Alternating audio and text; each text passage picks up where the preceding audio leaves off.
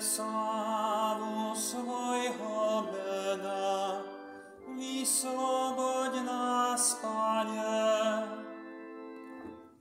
Pre slávu svojho mena, vysloboď nás, Pane.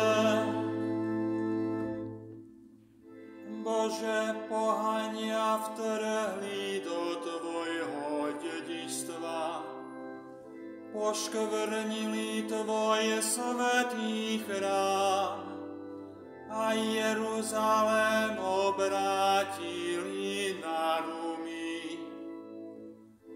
Mŕtvoly Tvojich služobníkov dali za pokrm vtákom lietavým a divej zveri dávali tela Tvojich svätých. Pre slávu svojho mena, vysloboď nás, Pane.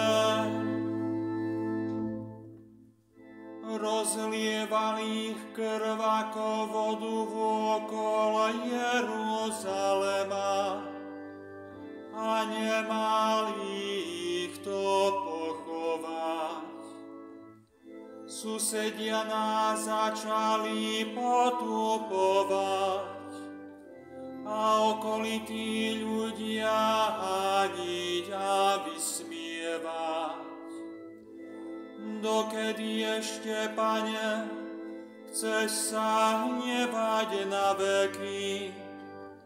Či Tvoje rozhorčenie bude blčať z ťa oheň?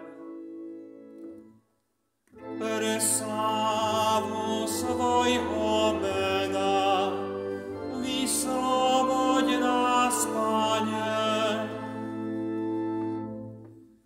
Zabudni na hriechy našich otcov, príď nám čím skôr v ústrety so svojím milosrdenstvom, lebo sme veľmi úbohí.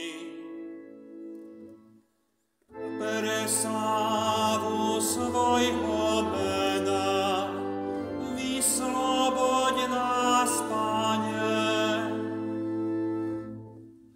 Pre slávu svojho mena nám pomôž, Bože, naša spása, a vysloboď nás.